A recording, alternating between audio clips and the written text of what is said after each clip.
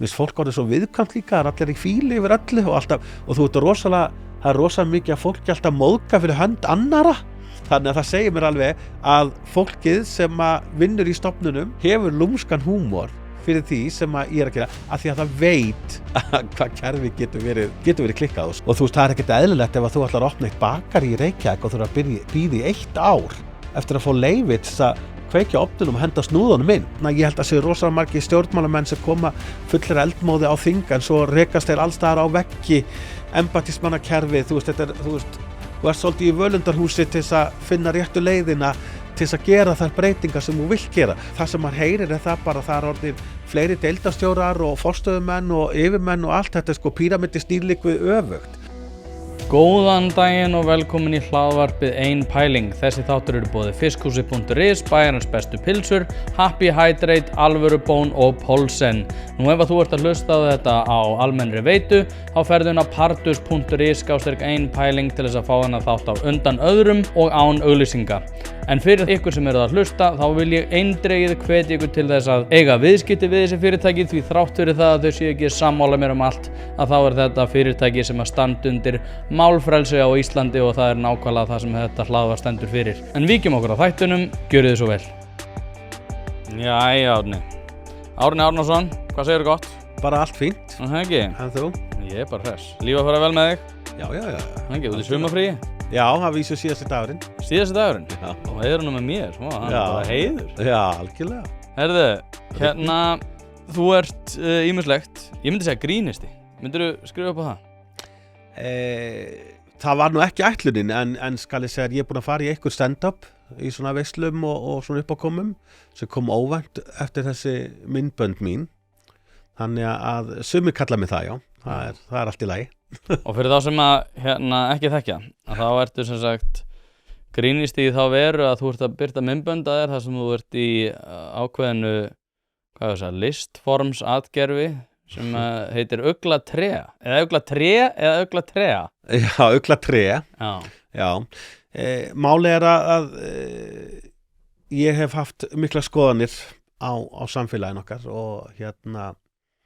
var alltaf að skrifa einhverja föstudagspistla og þetta voru kannski orðnir svona, ég reyndi að skrifa það bæði með alvöru og grín í huga og var þá að taka fyrir bara svona fréttir vikunnar og hvað var að gerast í stjórnmálunum og í samfélaginu og eitthvað og þetta var, þetta var orðið svona svolítið þreytt, þetta var orðið svona hálfgerðir svona tuðpóstar og svo datt mér bara í hug í nóvember síðastliðin að það var nú svona með tilkomu klaustusgengisins aftur fyrir alþingiskosningarnar 30. nóvember að mér fannst húmorinn þar í rauninni í 2 áttir, bæði það að þeir skildu vilja koma aftur og líka það hvað þjóðin er spes með að kjósa þá aftur að ég ákvað ég ætla að fara að hendi eitthvað post, svo ákvað ég bara á ég að prófa að taka upp eitthvað vídeo og ég tók sénsi, maður veit náttúrulega aldrei hvernig fólk tekur því sem maður er að gera en bjóð til hennar karakter Uglatré og Kom hún strax? Já, hún kom bara strax og ég var nú búin að vera eitthvað að vitleysast á TikTok bara eitthvað hitt og þetta en ég gerði eitt myndband fyrir svo allir síðan þar sem ég var að gera grín af einhver á leikskóla, þá var ég að gera grín af þessu nöfnum sem að fólk er ofta að skýra út í loftið með krakka í dag, svona furðuleg nöfn, þannig að ég var aðeins að gera grín af því og þar var ég með þessa uglu og mér var svo fyndið að vera með Uglutré, þannig að ég ákvað bara að taka sjansinn og hendis í loftið og aðtúa og ég bara maður bara fellur og stendur með því sem maður gerir en þetta bara sló í gegn og fólk vildi meira af Uglutré,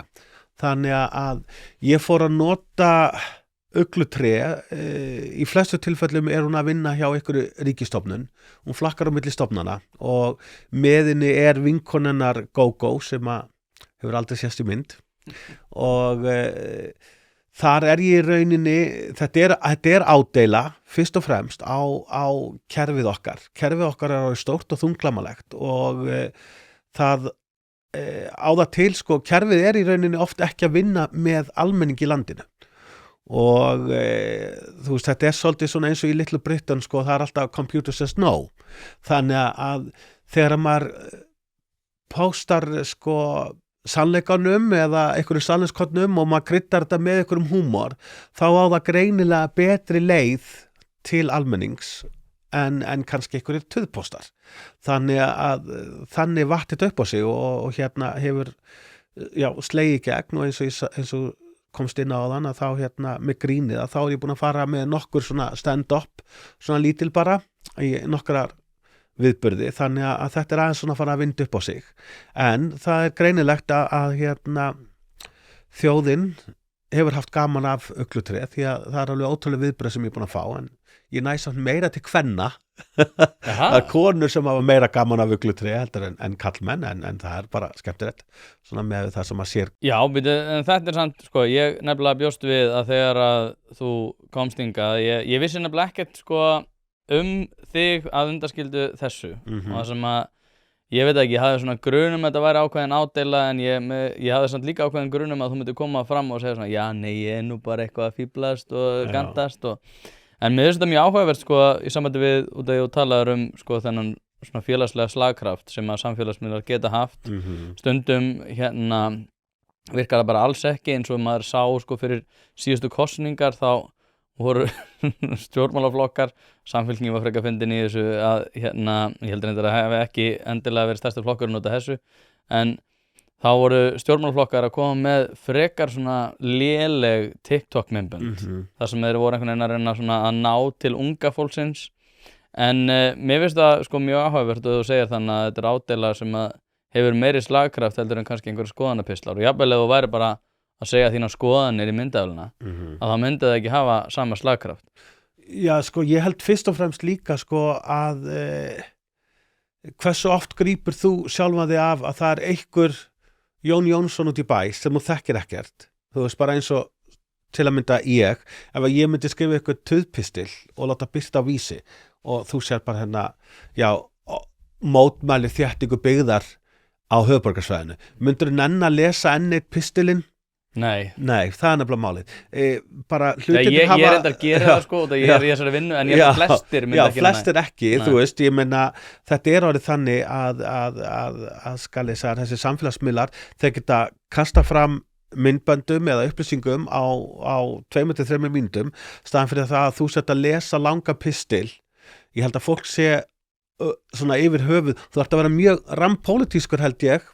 til þess að virkilega leggja það fram við að lesa pólitíska pistla nú orðið, og talar stjórnmálaflokkarna fyrir kosningar. Já, þeir þurfa að slípa sig margir hverjir til hvað þetta varðar, eins og TikTok. Ég var að fylgjast með þeim á TikTok og sumir urðu bara svona svolítið yfirborðskendir. Miðflokkur nátti þá nokkra góða slagara sem komu hérna sterkir inn, en ef við lítum bara til dæmis á hvernig þetta nota samfélagsmiðlana, sko,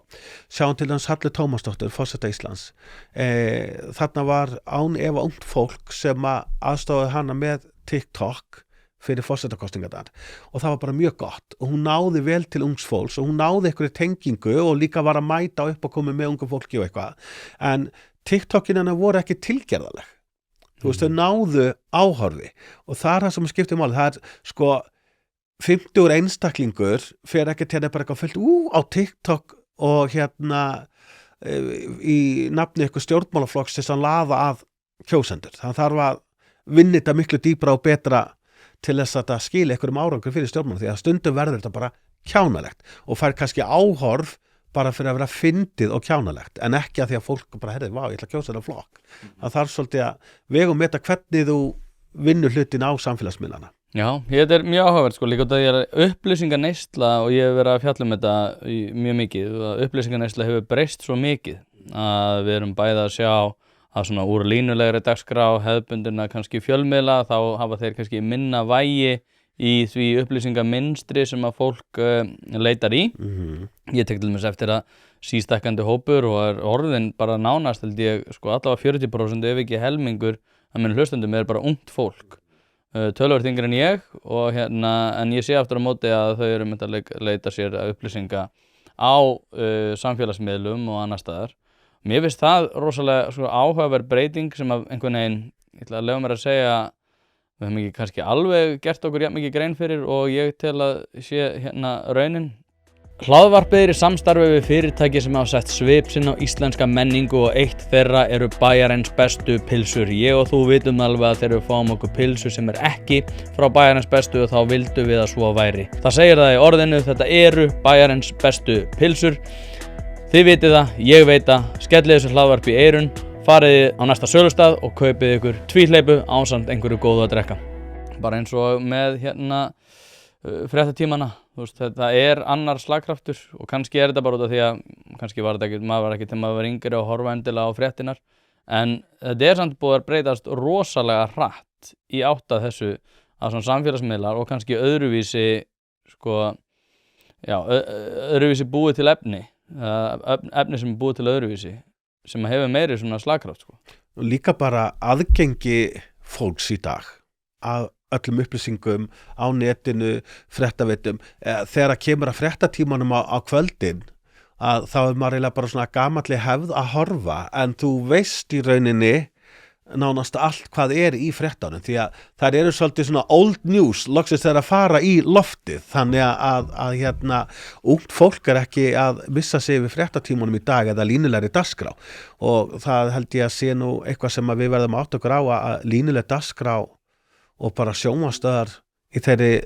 mynd sem þeir eru í dag eiga ekkert bjarta framtíð. Sjónvarp Símans er að vísu núna með mikið af íslenskum þáttum og íslenskri þáttakerð sem að ég held að laði að en annars er þetta ekkert framtíðin og eins og ég segi með þessa fréttatíma og mér varst skemmtilegt nú er RÚV með RÚV og RÚV 2 og þeir voru að sýna þeir alltaf að sýna ykkur íþróttamót Nú er ég alveg svona anti-íþrótta-nörd og verða alveg bara, ég er svo heldur bara að pirraður þegar það var að sýna einhverja EM-leiki á fréttatíma að maður nennir ekki að bíða til 9 á kvöldin til þess að horfa á fréttina þegar maður er búin að lesa alla fréttamiðla yfir daginn þannig að það tekur því ekki að bíða þegar maður er alltaf kannski að vona að maður fá eitthvað svona aðeins meira kjöt á beinið skilurðu með einhver ítalegri viðtali í fréttunum en maður nennir ekki að bíða til 9 skrýta að sýna ekki íþróttirnar á og ég brosa við það því að ég var einmitt að hlusta á einhverja gamla konu sem hringdi inn á bylgjunni daginn síðdegis og hún var einmitt að kvarta og ég hló upphátt í bílnum því að ég var svo sammálinni að okkur ekki íþróttina sýnda bara á RÚV 2 Þú veist, það var stór undal. Ég líka ef ég er að muna þetta rétt, þá minnir mig að það hefði komið tilkynning þess efnis að hún farið til 9 til þess að koma til móts við EM kvenna og svo í kjölfarið myndi fréttími vera klukkan 8. Og svo hættu þau bara einhvern veginn við það. Já. Ef ég er að muna þetta rétt. Ég gæti verið að fara með fleipur, en mig minnir að þetta hafi átt að vera þannig að hann farið til 8. Og þá bara 1 fréttatíma og engar 10 fréttir. Já, það búið að loka að hætta með 10 fréttina það farnar út en að færa til 8 er náttúrulega bara alveg gali líka Já, mér finnst það og ég er sammála mér finnst stundum að svolítið einkennilegt hvernig þeir eru að nota þessar hliðarásir allt og lítið fyrst að þeir eru nú annað borð í gangi ég tala nú líka ef ég tala bara fyrir sjálfum með þegar seðlabankastjóri að tilkynna stýrivaxtahækkun eða lækkun og það er náttúrulega gríðarlega mikilvægt fyrir alla sem eru með einhvers konar húsnæðislán og ofta tíðum ekki sýnt frá þessum fundum og ég er bara, hvað er það að gera með eitthvað morgunútvarpi í gangi á RÚV 2 og einhver frétta yfirlit svona greinarnar og svo eitthvað, ég veit ekki einhver skandinavísk heimildarmynd eldri konur einhvers staðar þetta er ógeðslega skrítið en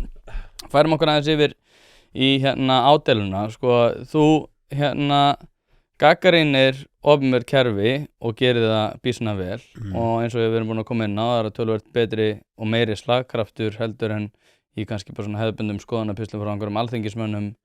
sem að vonast til þess að hann fá nægilega mörg klikk til þess að komast á svona blað í efstu listum en samt þótt hann sé á svona blað í efstu listum að þá hefur hann samt minna vægi held ég heldur en góð ádela í gríni? Ég held það sem að fólk þurfi kannski líka, það er kannski smá gleði og við erum kannski við erum oft á tíðum meira til í að líta á það neikvæða heldur en jákvæða og maður getur þá með þessar leið sem að ég allan komst að eftir þessa pröfu hjá mér að neikvæði punktar bæði úr stofnunum, þú veist, úr kerfinu í heilsinu og annað eða úr stjórnmálflokkum eitthvað. Þú getur komið þessu neikvæða athugasemdum á framfæri á jákvæðan hátt og til skila með að blanda það saman við grín, þá bara fólk bara já, þetta svo rétt hjá þér að þú veist, en svo tvistar maður bara eitthvað þú veist, ég yfirleitt í símtali, þannig að yfirleitt ég náttúrulega stofnanastarfsmaður sem hneykslaður á sko einstaklingnum sem að ætlast þess að fá bestu þjónustu, þannig að það bara svo margt, sko, það svo bara margt að í kerfinu, en sko, ég man að þegar ég var krakki, þá var umræðan Sundabraut í fréttunum. Þá var umræðan að það vantaði fjármagn í heilbrigðiskerfi, það var að loka deildum út af sumarleyfum og þú veist, hvar á sér Reykjavíkurflugvöllur að vera? Þú veist, nú ég orðið miðaldra og það ennþá sama umræðan í gangi og var því ég var barn. Og þá spyr maður sig bara, hvað eiginlega í gangi í íslensk stjórnkerfi? Hversu lengi hefur verið að tala um gatnakerfi á Íslandi? Hversu lengi hefur það verið handónýtt? Það bara verið sér maður eftir sér. Og maður svo fyndið, ég sá fyrir 1-2 árum þá sá ég á Facebook þingmann opaslega glaðan að fagna því að það var verið að opna ykkur brú fyrir austan, í ykkur sveita, en hún var einbreið. Við erum ennþá að byggja einbreiðar brýr. Þú veist, maður bara býtu, okkur, ég hef ekki mætt á viðbreyðs og láta ekki tengja mig við þessa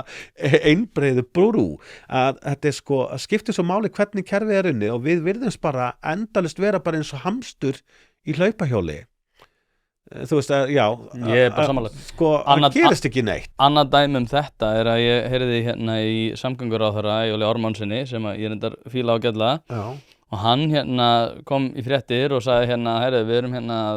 þurfum að fylla í holur og skipta malbik á 2-3 ára fresti og svo var hann spurður býtu, nú erum við með steypu þetta er eitthvað malbik og steypa ef ég er að muna rétt. Það var allavega mikill munur á því hvort það væri steipulagt eða malbikað með einhverju bara svona fletti sem hægt að fletta af og setja nýtt á. Og hann sagði það er 5 sinnum dýrara að fara dýrari leiðina. En það dugir þá í einhver áratugi. Og ég veit að það sem til dæmis gert mikið í Svíþjóð, þar sem bara veginn eru frábær. Það er mjög skrítið að keyra. Það sem ég ímynda mér að autobahnin sé, ég hef ekki keyrt á hann sjálfur. En ég hugsaði sko, af hverju er ekki bara betra að gera þetta einu sinni þá og höfum þetta bara 5 sinnum dýrara. Í staðinn fyrir það að vera að fylla í holur á 2-3 ára fresti og nánast alla vetur til þess að vera vestan. Og ég fór í stjórnsýslufræði til þess að geta gagnrýnt stjórnsýsluna og að ég er stjórnsýslufræðingur. Og ég er mjög sammálaður sko að það hefur verið einkennilegt að fylgjast með því bara eins og íslenskri stjórnsýslu sem þú ert mjög mikið að gagnrýna, að það er rosalega lítið verið að hugsa út í afleitar afleiðingar ákvörðunum, heldur bara eitthvað svona, við erum með eitthvað vandamál, við ætlum bara að leysa það með því að henda peninga á það og svo einhvern veginn fer það út í að það kannski leysist tímabundið en þá koma kannski 10 önnur vandamál í kjölfarið. Það er ekkert hugsað út í afleitar afleiðingar. Nei, og það er alltaf eins og sem verið að tjálta þetta einna nætur og eins og talar með malbyggið og annað og ég bara hlóaði í gær, þurfti að fara út á, ég tók rúmt út á Álftanes og þar voru vegaframkvæmdir, það var að laga og þetta voru þrjár svona bætur sem var búið að skera niður eða fræsa í götuna til þess að laga eitthvað 3 litla kafla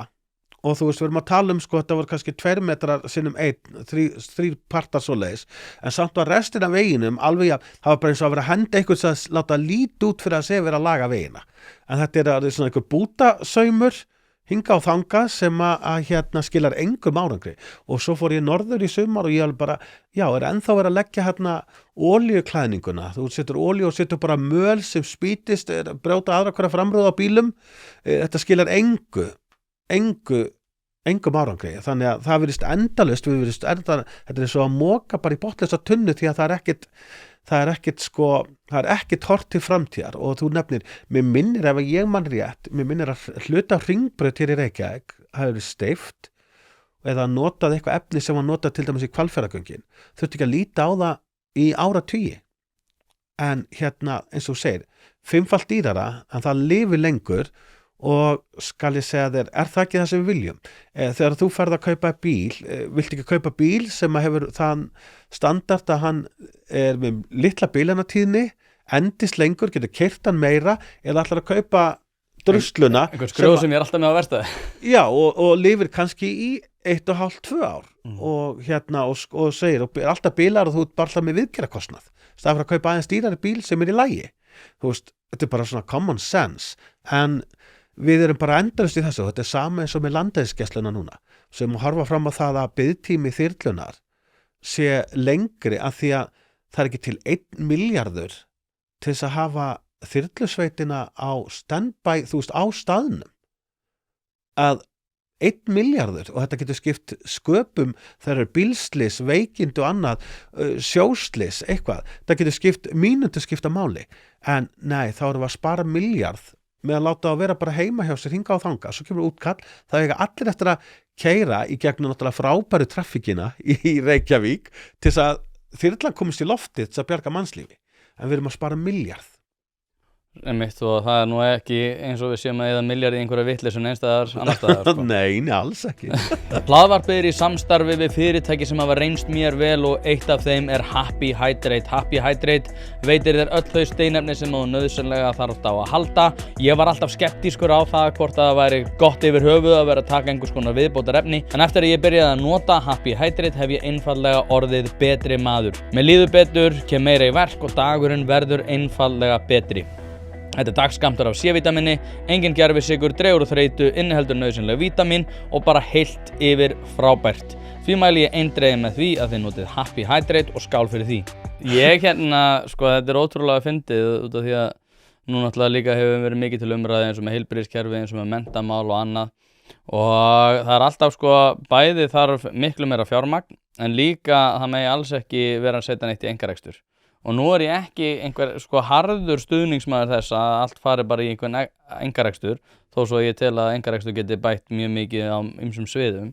en þá er bæði verið að kalla eftir því að það sé ekkert sett í einkarekstur og það megi alls ekki vera hróflavinnunu kerfi út af því að það geti bara farið eitthvað allt í háa loft og það fara að missa fólk og eitthvað þannig en ég er alltaf að segja líka ef að hlutinir batna ekki innan stjórnsýslunar að það verði bara meiri pólitísk eftirspurn eftir einkavæðingu og þegar við erum einhvern veginn að sjá sífellt verri niðurstöður í menntamálunum við sjáum sífellt verri þjónustu í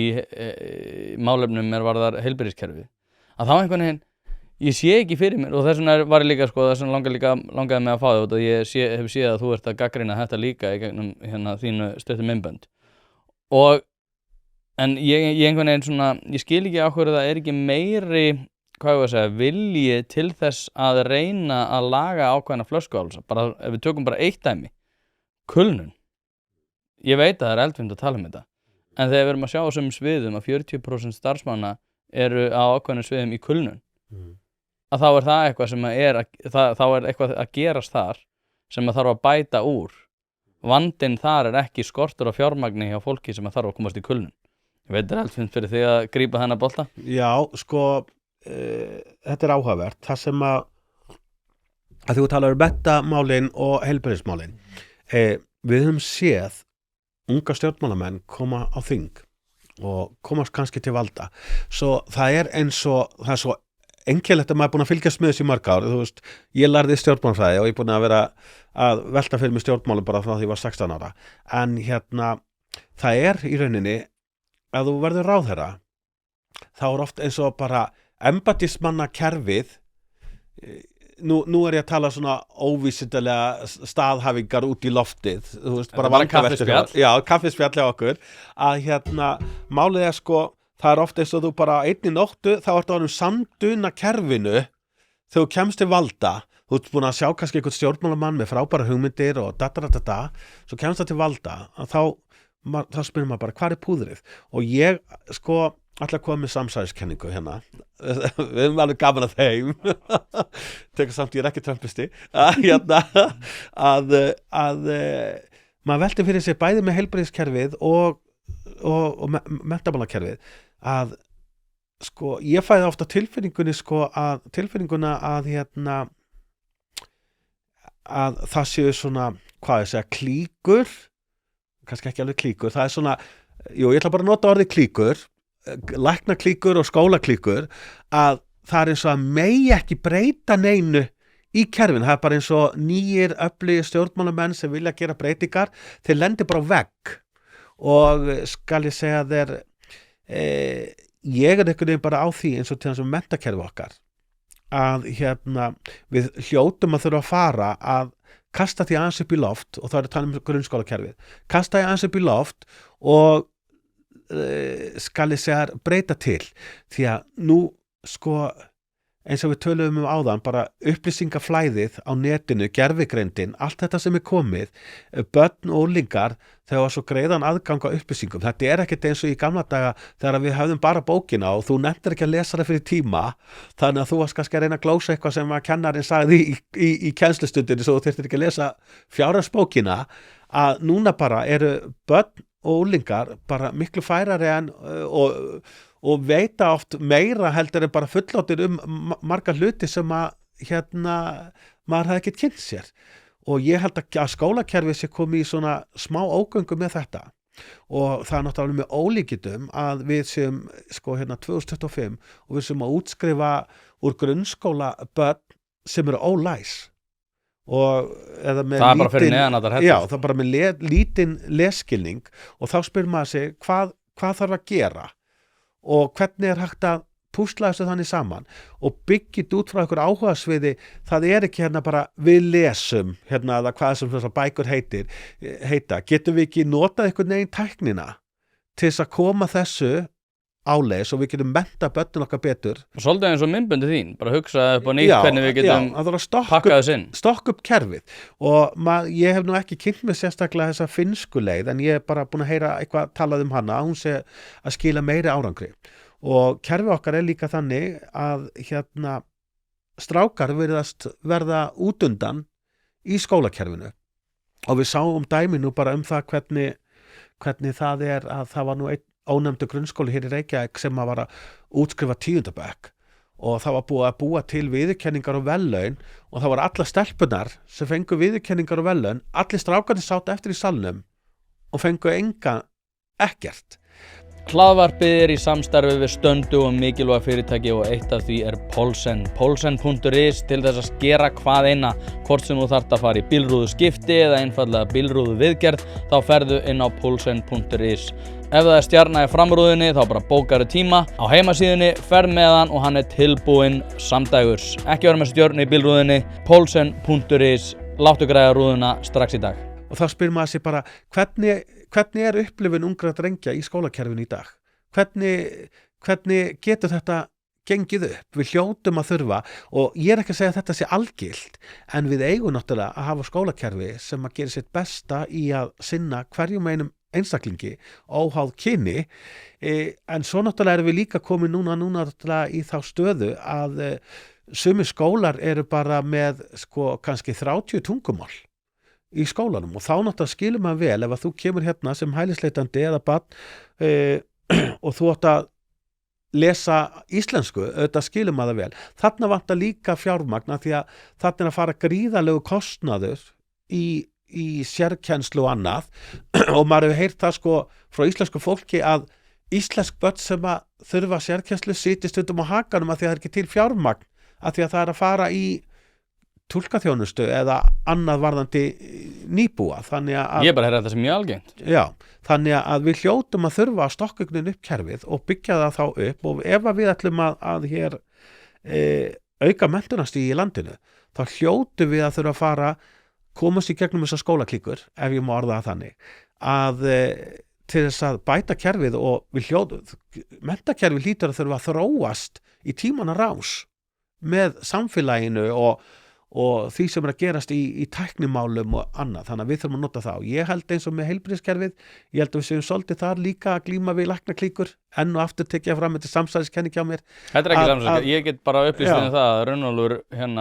forstjóri Landspítalans, hann sagði bara við mig að vandi Landspítalans væri að stóru leyti bundin við sílóisma innan deilda,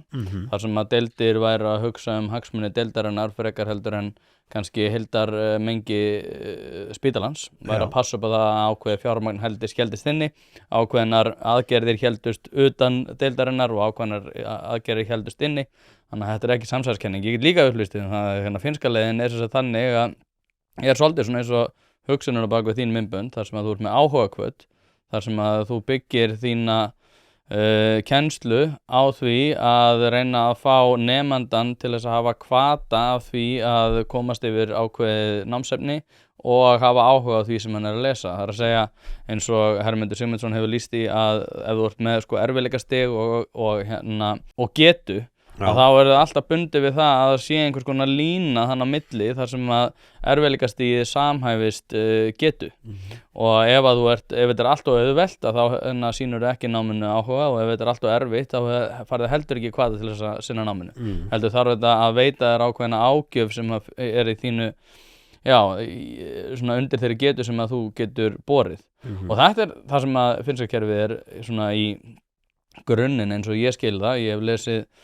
Sissi Miyali og fleiri sem hafa skrifað þessi mál, og ég er líka sammálaður það að það eru ákveðnar menntaelítur sem að viðhalda ákveðinu stöðnun innan kerfisins, sem hafa allir eins og Ingólfur Gíslason, sem ég hef reyndar rætt í öðru samhengi í sambandi við akademískt frelsi, þar sem að ég las rit hans starffræði, og að helsta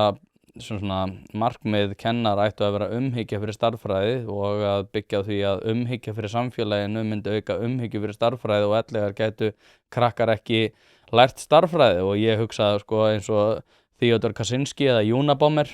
hann hafði ekki mikla umhyggju fyrir sínu samfélagi, samt hann snillingur í starffræði, þannig að ég veit ekki alveg hvernig þetta fer heim og saman. En óháð því, þá er ég sammálaður að þetta er ákveðnar, ég veit ekki, þú veist, hann Gunnar Helgason hefur skrifað elítur í íslensku kerfi og hvers konar áhrif þau hafa. Hún er náttúrulega líka stjórnmálafræðingur eins og við báðir hérna. En þetta er ekkert fjarri lagi það sem þú ert að segja, og ég eins og þú segir að hagsmunirnir kannski eru ekki endilega fyrir hendi fyrir samfélagið þegar að elítur hafa aðra hagsmuni heldur en við sem að þykjum þjónustuna. Já, þetta er bara þarna er einstaklingar áttu samduna kerfinu, eða þú veist það sem og sjá ekki tilganginn í að breyta eða bæta, og ég held að þetta sé rosalegt vandamál bæði í ráðuneytum og stofnunum,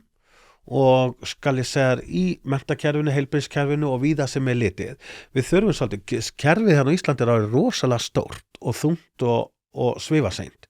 og margt að, og bara til dæmis, mest að fyndið bara dæmi hvernig kerfið getur verið astanlegt, að náttúrulega bara að taka eitt svona skemmtilegt dæmis bara úr fjölskyldunni minni. Bróðursonur minn er sjúkraflutningamaður og í slökkviliðinu, og hann er með meira próf, hann má keyra hér sjúkrabíla í neyðarakstri, hann má keyra 40 tonna slökkviliðsbíla með tanki í eftirdrægi, þessi tengivagn. Herðu, svo ætla hann í sumarfrí í sumar með hjólísið aftan í slittuhjappanum sínum. Nei, þá er hann ekki með próf á það. Þá má hann ekki draga hjólísi. Og ég var bara, þú mátt keyra sjúkrabíla á 170 km hæð á Kringlumýrarbrautinni. Þú veist, gali, herðu, hann varð að fara til ökukennara og borgast að taka próf til þess að fá að draga hjólísi. Þú veist, og ég bara, þú veist, þá bara, og margir búin að benda á þetta en ekkert gerist í kerfinu að breyta þessu. Ég meina, ef að þú tekur meira próf og þú mátt keyra vörubíl eða rútu, máttu þá ekki draga hjólísi, en það er að þú fættur eftir eitthvað visst ár. Það breytist það, ég man ekki hvað það var 1998 eða 7 eða eitthvað, ég man ekki hvað það var. Allir fengur bara allt. Ég er með C, ég er með meira próf á stóran bíl, Já, ég líka, en ég treysti mér ekki á meira en jeppling, Ég myndi leggja margi hætti í fara rútuna, en þetta er bara svo fyndið, það er margsinnis búið að benda málið, en ekkert gerist. Ég hugsaði annað sem að er kannski áhugavert í þessu samhengi, að það var kaffihús sem ég reyndar prófaði núna í fyrsta skipti fyrir 3 dögum sem heitir Hugge, er við Granda, eða svona ekki alveg við Granda, þetta er gamli loftkastalinn. Já. þar sem að er ótrúlega flott kaffihús og fullt út úr dyrum. Það var svolítið áhugaverð verkfærð að áður en að staðurinn hóf rekstur, að það tók að ég man ekki hvort það var rétt yfir ár eða rétt tæpt ár, sem að tók bara að fá tilskild leyfi til þess að vera með einhvers konar þjónustu og þá koma skilur þessir aðilar frá MAST og segir það ekki vaskur hérna, er ekki 2 metra frá þessu og það sem að ég heyra við að gagnrýna svolítið bara við aðeins of mikið Evrópa, aðeins of lítið Bandaríkin. Það allavega eins og ég skildi þetta. Það einhvern veginn allt bannað hann getur að leyft. En með þetta kaffihús, ég fór þann inn og það ótrúlega langt, það að ganga ótrúlega langt inn og ótrúlega flottan inni og lappar einhvern veginn niður og þetta ekki borgu auglýsing, ég bara nefna þetta ég fór þann inn og þetta mjög flott kaffihús. Og en ég hugsaði með mér bara, guð minn góður, ef ég hefði verið með leigu á þessu húsnæði, verið búin að fjárfesta í einhverjum bakarofnum og einhverjum svona dýrum leigu kaffivélum og eitthvað þannig sem ég held að það sé svona oft á tíðum leikt og ég var búin að vera að setja þessi fjárfestingar til þess að bíða eftir opinbera kerfinu sem bara einhverja computer says no og þá fór ég að hugsa líka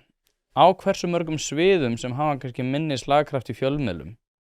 þetta gerast það sem bara kannski einstaklingar eða sem kannski ekki einhver endilega einn að býða til þjónustinni heldur bara einhvers konar innan menntakerfisins.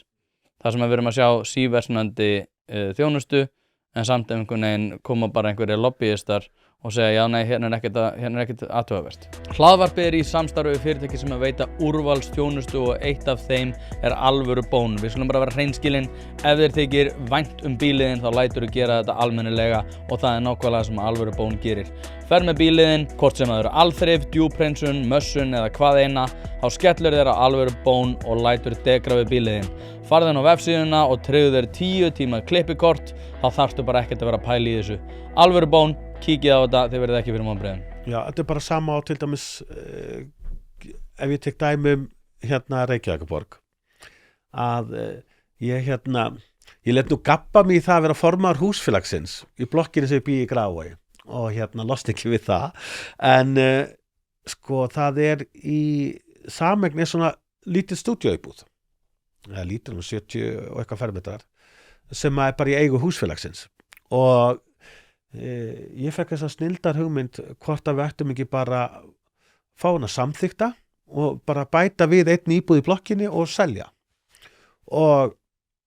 ég hafa tekið bara vel í þessa hugmynd og ég hafði samband við Reykjavíkurborg, hringdi og ætlaði að fá bara að tala við eitthvað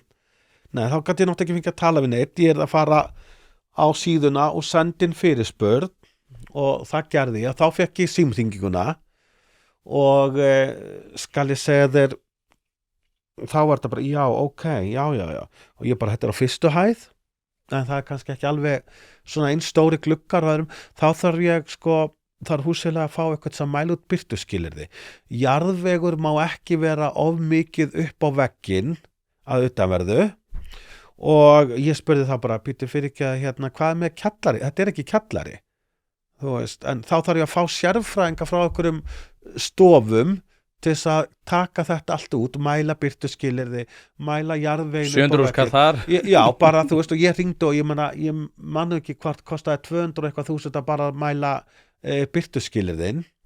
og svo þarf við að þetta að fara fyrir einhverja nefnd og til þess að þetta er tekið fyrir þá var húsfélag að gera sem vilja borga strax eitthvað 17-18 skall til þess að máli er tekið fyrir og þá var tekið jákvætt í erindið og þá er það þurft að kanna hvort að deiluskipulag og aðalskipulag samþykki að fjölga íbúðum í Hamrahverfi og ég bara herði, við erum ekki reyna að fjölga, hún þarna, hún innan veggja, það ekkert verið að breyta, það engin breytinga ásýnd hverfisins, en á sama tíma og við erum ennþá að bíða eftir svörum frá Reykjavíkurborg, núna bara meira en ári síðar, að þá eru þeirra tilkynna þéttingu byggðar í Hamrahverfi. En við erum að bíða eftir að fá að kalla þessa íbúð, þetta rými inn í blokkinni sem inn í blokkinni nú þegar til staðar og búin að vera síðan 1990 að fá það samþykkt en það getur bara tekið því líka tíma að því að það er ekkert víst hvort að megi bæta við íbúð í hverfi en samt eru búin að kynna núna tillögur þéttingu byggðar bara 400 metra frá okkur. Verður ekki bara skrifið verkefnahandbók fyrir þessu eins og öðru? Já, þannig að þú veist, þetta svo dæmi kerfi, það aldrei eitthvað sem bara, herri, já, keyrum þetta í gang, og ég meina, ég tók einmitt fyrir heilbrigðiseftirlit Reykjavíkur að því varst nú að tala þetta kaffihús og við erum búin að heyra umfjallanir þetta, hvað fyrirtæki hafa verið að dragast upp í bara ár og að fá leyfi og annað og það var verið að tala við eitthvað þetta með bakari,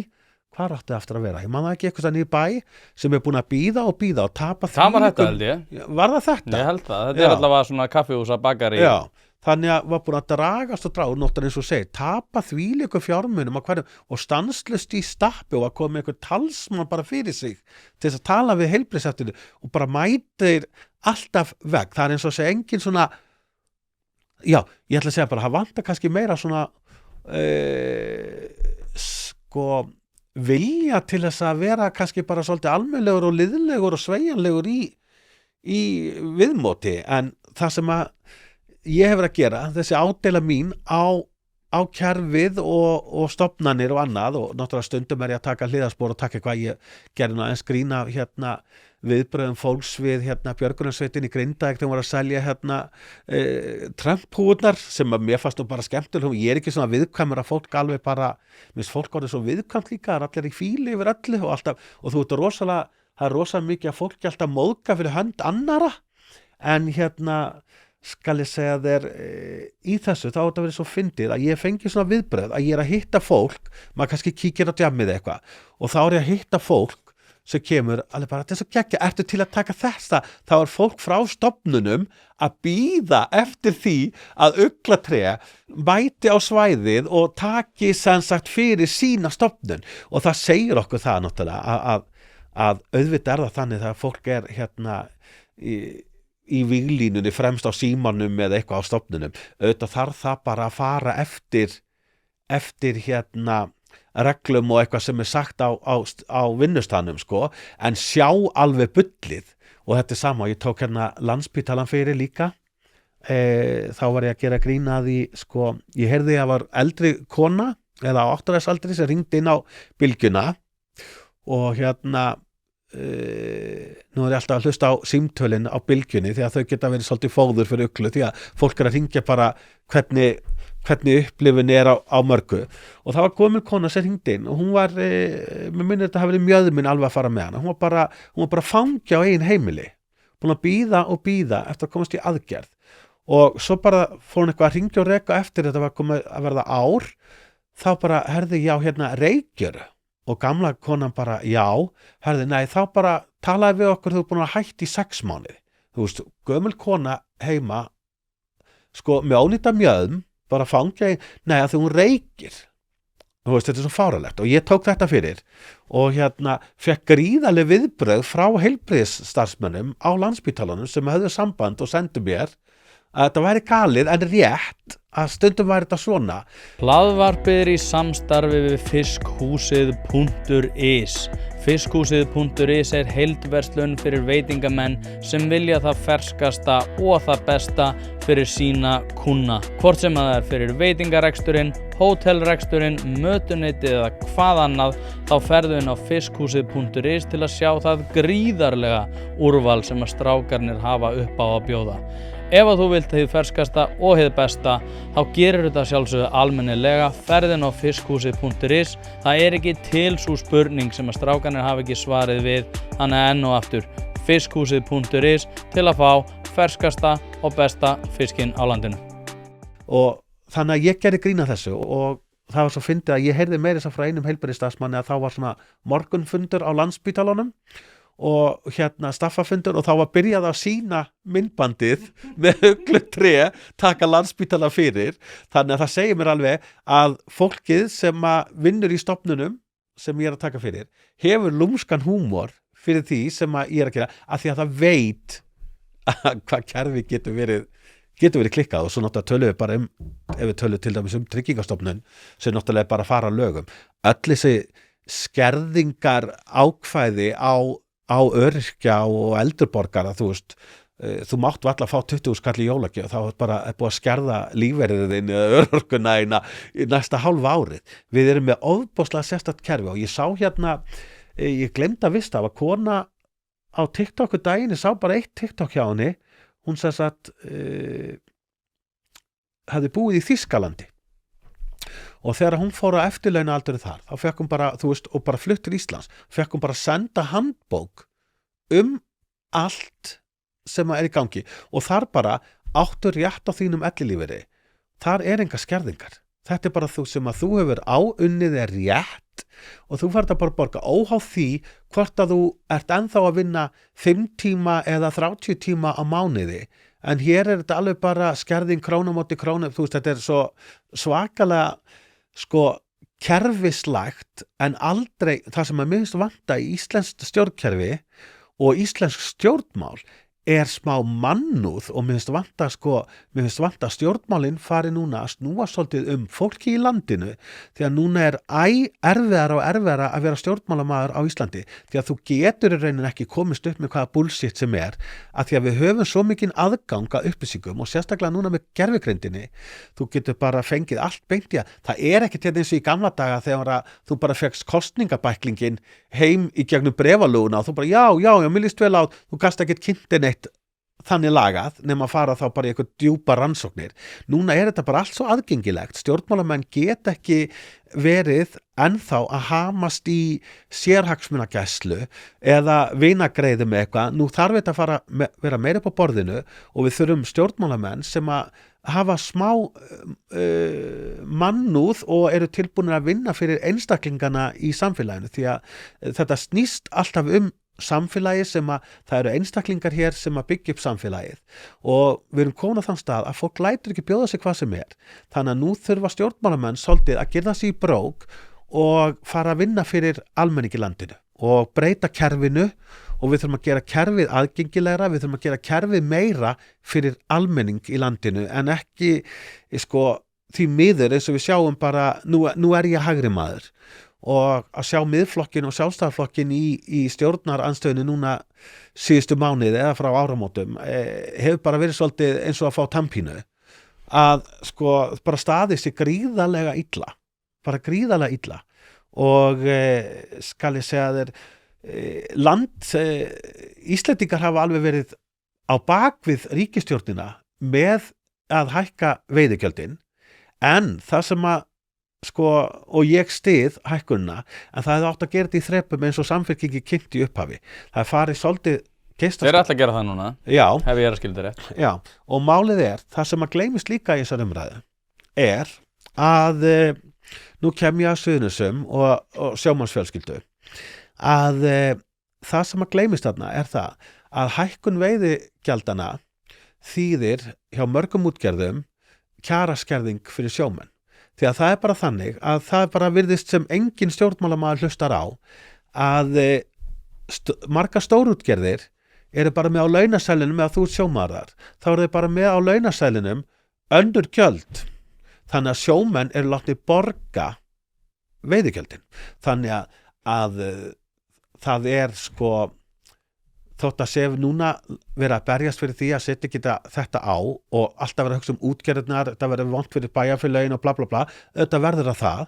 en á einhverju leiti náttúrulega þurfa menn þá bara að sníða sér stakk eftir vexti og en sjómennirnir eru alltaf margir hverjir að fara að tapa á þessu og það virðist eins og að það sé ekki hægt að taka þá umræðu hvernig hægt að gera þetta þannig að það sé í rauninni útgerðin sem greiðir en ekki dreigja launum sjómanna. Það það sem að mér finnst vanta meira svona í umræðina með þetta alltaf bara eitthvað með á móti, þú ert í sérhagsmunum, þú ert þetta, að það vanta líka að kafa eins dýpra í málið og skoða hvernig staðan, hver er raunveruleg staðan og þarna finnst mér hafa vantað að tala við sjómenn en því miður þá það bara oft svoleiðis að sjómennirnir þora ekki að tjá sig til þess að halda vinnunni. Og það rosalega slæmt þegar við komum þangað. En við okkur vantar að núna að stjórnmálamennirnir, alþingi fara að snúast fólki í landinu og hagsmuni almennings. En það bara vist stundum bara algjörlega gleymast og mér finnst það að vanta núna í mörg ár. Já, þannig erum við reyndar ósammála Ég, loksins, ég var náttúrulega pínu stressar og við myndum ekkert verða ósammála en nú erum við ósammála því að ég held að það sé engin skortur á móðgunargjörnum töðurum sem reyna að fara að vera móðgaði fyrir hönd annara og tala mannúð og mennsku og vinna fyrir fólki í landinu. Ég held sko að fyrst og fremst þurfi stjórnmálamenn að gera sér grein fyrir sínum takmörkunum sem eru ekki bara bundnir bara við þekkingu á málefnum, heldur líka bundin við ákveðin slagkraft. Ég held að til dæmis núna erum við bara í ákveðinu járnbúri Webers, þar sem að alltaf þegar við komumst að því að ákveðin lög eða ákveðnar mannlegar takmarkanir sem eru bundin í lög hafa haft slæmar afleiðingar, að þá leysum við það alltaf með því að bæta við lögin, búið til fleiri lög til þess að leysa vanda sem að ákveðin lög bjuggu til að byrja með. Ég held að þetta sé miklu meira vandinn. Ég held að vandinn sé einmitt að stjórnmálamenn eru með svo mikla Jesúkompleksa í einhverju mannúð og vinna fyrir fólkið í landinu og að telja sér í trú það að þeir sé að fara að byggja húsna, að þeir sé að fara inn að vinnuna hendi í heilbrigðiskerfinu, að þeir sé að fara að mennta börnin og allt það dót. Stjórnmálamenn ger ekki neitt af þessu. Eina sem að þeir eru að gera er að leysa hnúta til þess að við séum í stakk búin til þess að leysa þessi verkefni sjálf. Ég held að þetta sé alls ekki rétt í samhengi við eins og þú nefndir þetta bakari sem var niðri í bæ. Þannig bara takmarkanir sem eru aðalega bundnar í lög, þar sem að við erum með MAST og fleiri sem að segja, já, ég er nú bara að sinna minnu vinnu eins og ég á að gera það. Stjórnmálamenn eiga að vera að vinna í því að losum þetta. Stjórnmálamenn eiga að reyna að vinna að því fyrst og fremst að reyna að komast hjá því að vera fyrir. Ég held að stjórnmálamenn sé ekki að fara að gera nokkuð skapaðan hlut. Ég held að við séum bara bundin við ákveðna mannlega takmarkanir og stjórnmálamenn ekki að fara að lifa lífinu fyrir okkur. En við erum aftur á móti búin að... Þarna ertu kannski að misskilja mig. Hluti af starfinu hjá stjórnmálamönnum er einmitt að liðka til í kerfinu. Og skal ég segja... Ver ekki fyrir. Já, en þeir verða náttúrulega að setja þá, eins og talar löggjöf. Við verðum að liðka til, við verðum að breyta lögum til þess að liðka kerfið, þannig að kerfið sé í rauninni hraðvirkara og skilvirkara. Og þú veist, það ekkert eðlilegt ef að þú ætlar að opna eitt bakari í Reykjavík og þú að bíða í 1 ár eftir að fá leyfi til þess að kveikja opnunum og henda snúðunum inn. Það er bara mjög óeðlilegt að þurfa að bíða svona lengi. Þannig að það þarf að, þegar ég er að tala um mannúð og stjórnmálamenn fyrir að vinna fyrir fólki í landi, þá er ég mitt að tala um liðka til í kerfinu, gera kerfi skilvirkara. Ég viss alveg að væri sammála mér, það er bara meira fúti þegar maður segist þér ósammála, Já, en þú veist, þannig að þetta snýst svo mikið um það. Þannig að, og mér finnst það er eitt að láta lít út fyrir að vera mannúðlegur og vera að vinna fyrir fólkið, en þú veist, það er hægt að leika það út á við, það er hægt að henda því í grínvídeó með uglutré að vera stútfullar af því, en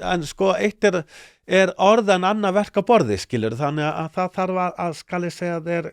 Og ég veit alveg að eins og ég sagði hérna áðan að ég held að séu rosalega margir stjórnmálamenn sem koma fullir eldmóði á þing, en svo rekast þeir allstaðar á veggi embættismannakerfið, þú ert svolítið í völundarhúsi til þess að finna réttu leiðina til þess að gera þær breytingar sem þú vilt gera. Og ég náttúrulega veit það alveg, ég er ekki að segja það að stjórnmálamennir okkar vilji ekki gera neitt fyrir almenning, alls ekki, en stundum þarf að blása lífi í fólk, að það stundum að hljóða fólk í gang. Já, ég meina, ég er búin að fjalla mjög mikið um heilbrigðiskerfið og ég skrifaði meistarritgerðina mína um heilbrigðiskerfið og gerði mannaflaþörf á og svona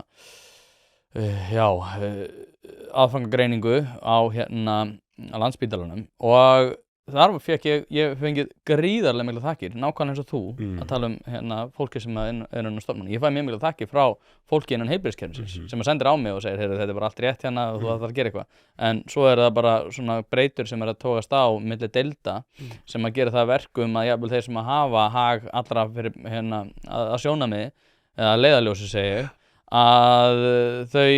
geti ekki gert það út af því að það eru ákveðna takmarkanir. Og ég ástæðan fyrir því ég segja að við höfum ekki að vera að byggja hugmyndir okkar að mannúð og eitthvað þannig, ég bara út af því að hugtakið eitt og sér gerir það verkum að við erum með einhverja ímynd af því að stjórnmálamenn séu nauðsynlega forsenda fyrir því að ég geti lifað mínu lífi.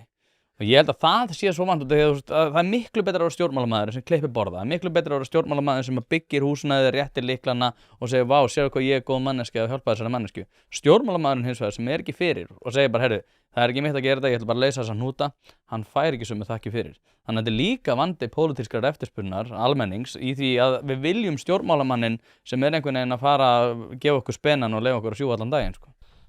Já, ok, við erum kannski að leggja svo litla öðrísi merkingu í mannúð. Jú, það alveg sko rosa flott og góð auglýsing fyrir stjórnmálamannin að klippa borðan yfir einbreiðu brúnna sem við talaði áðan sem var gerð hérna eitthvað en sko mannúð, þá ég líka að tala það að gera eins og ég sagði, gera breytingar á kerfinu, gera kerfi skilvirka, gera samfélagið meira skilvirkara, þú veist, til þess að fungera og þá ég að tala henda upp menntamálakerfinu eins og ég talaði breyta kerfinu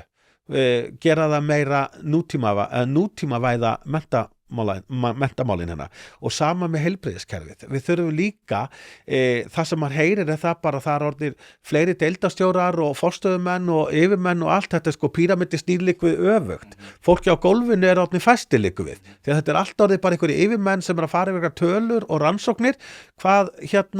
það ekki að skila aksjóninu á gólfinu og þú nú að tala að byggja húsnæði og annað að við veistu gott dæmi, ég var að hlæja því sko Inga Sæland kom með hérna gömlu klísjuna frá síðustu ríkisstjórn og þar síðustu ríkisstjórn eitthvað að þau halda að þau geti bara leyst húsnæðismáli með að ráðast á Airbnb og ég búin að flissa svolítið að þessu sko að því að það orðið þannig sko að booking.com með miklu fleiri sko íbúðir í útleigur heldur nokkuð. Airbnb að tapa markasstöðunni sinni og að fjara svolítið út og að halda það að leysa húsnæðismálin eitt þátturinn í því sé að vinna gegn Airbnb bara svona svolítið svona grín út í loftið því að það stundum sko þarna tala ég áðan með að nemendur eru oft skrifa undan kennurum og þarna sko ríkisstjórninnar ekki bara þessi heldur síðustu og þar síðustu það alltaf að horfa eitthvað í Airbnb það ekki átt að segja því að hér bara verið að byggja allt og dýrar íbúðir og það búið að herða sko að komast í gegnum greiðslu mat íbúðir eru mjög dýrar og og það bara skortur á ódýrari fasteignum. Það líka verið að setja bjögun inn á kerfi þar sem að ákveðnir þættir eru niðurgreiddir fyrir ákveðið fólk eða ákveðin tekið tíund og þetta veldur því að fólki sem að reyna að safna sig fyrir íbúðunum og á aðeins of mikinn pening að þeir komast ekki inn á markaðinn. Já, það bara svoleiðis og hvað á að gera? Ráðumst á Airbnb. Þú veist, þetta svo, sko, þetta náttúrulega bara eitt faktor í þessu sem að meðast fyndið. En þetta ekki líka ánir bara að þú veist að þykist vera að gera eitthvað? Jú, það er nefnilega það sem ég var að komast að. Þetta hljóma bara svona vel, það bara blás upp, það bara fólk bara önnur hver íbúð í Airbnb. Og ég meina, sko, þetta mál var nú þannig, sko, að fyrir COVID eða í COVID þá fóru margar af þú veist, það var náttúrulega eitthvað fólk út í bæ sem að voru kannski með 2-3 íbúðir í Airbnb hinga og þangað og það voru margar hverjar seldar í sko COVID og þau eru ennþá núna eitthvað að horfa í Airbnb sem að þú veist, þetta bara algjör tímaeðsla að vera að spá í þessu þannig að vandin miklu sko dýpri heldur en nokkrar Airbnb íbúðir þannig að ég bara hlóð þegar Inga Sæland var komið með taktikina frá og þá einmitt hugsa ég sko með embættismannakerfið þetta bara eitthvað á dagskrá bara í ráðuneytinu þú veist, þetta bara eitthvað, herðu, eru minnispúttar bara ráðast Airbnb, þetta hljóma vel út af við þú veist, þannig að það nefnilega máli, sko, þetta hljómar vel út af við sko. Ég hef talað þetta líka í samvætti við eins og sérstaklega húsnæðisuppbyggingu það hljómar ekkert rosalega sexy að ætla einhvern veginn að það líka verið með einhverjar ímynd af til dæmis verktökum eins og þeir séu einhverjar blóðsugur á allir sem við kemur okkar kerfi og einhvern veginn, við ætlum að liðka fyrir þeim, þannig að við komum til móts við stofnkostnað eða stofnkostnaðurinn aðeins minni eða lóðagjaldar aðeins minna eða við tökum meira þátt í að leggja pípunar eða eitthvað og þá það eitthvað, láta ríku blóðsugunar taka á okkur peningin, þannig að þetta í einhverjum einkennilegum hnút líka sko. Líka sko núna meðan að vaxta ástandi eins og þetta við viljumst alltaf bara vera í rollercoaster þú veist með þetta hagkerfi okkar og við viljumst ekki geta frálstum höfuðstróki varðandi vaxta píninguna hér eða ætlar að reyna að eignast þak yfir höfuðið að núna með hvernig staðan búin að vera hefði þá ekki verið skynsamlegast að byggja þá eitthvað staðar íbúður þar sem þú ert ekki að brjóta og bramla niður og fara í milljarðakostnað sem fyrir náttúrulega bara beint inn í íbúðaverðið. Við erum að horfa núna að vera að fara að brjóta allt hjá Kringlunni. Heklureiturinn og hérna orkureiturinn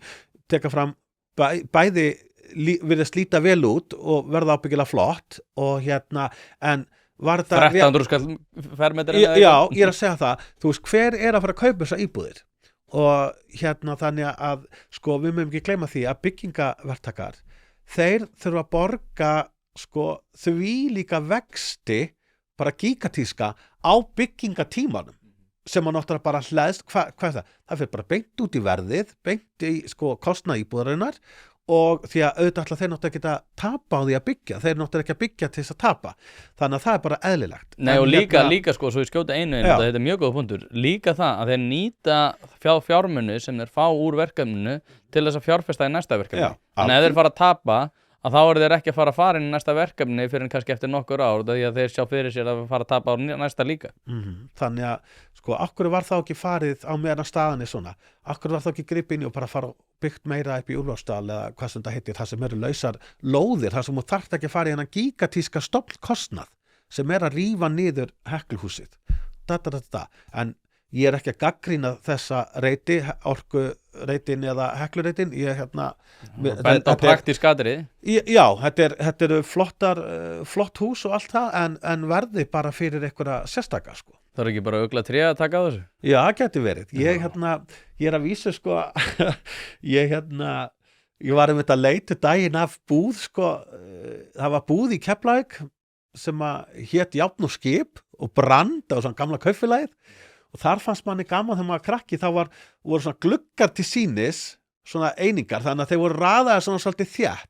og ég var að leita daginn, ég var að spurja eitt smið hvort hann hefði séð svona búð, að þetta ætlaði að gera grína þéttingu byggðar sko, að þú gæti alltaf að opna fyrir nema að fara í gluggan hjá næsta sko, þannig að það var húmorinn, en ég hef ekki fundið ennþá svona búð, þannig að ef eitthvað veit af svona þá væri það skemmtilega sko. Að láta þið Árna að vita. Árni, við gerum þetta eitthvað sem aftur. Mér finnst þetta mjög skemmtilegt. Já. Bara... Er komið klukkutími? Já, er komið klukkutími. Já, ok. Þetta skot gengur. Og ég fekk ekki svona að tala útlendingamáli. Nei, heyrðu, ég ætlaði að segja, við tökum á því næst. Já. Við hefum nóg að taka þar. Ég er algjörlega til í það. En það ekki? Jú. Takk æðislega fyrir að koma þangað til næst. Takk fyrir.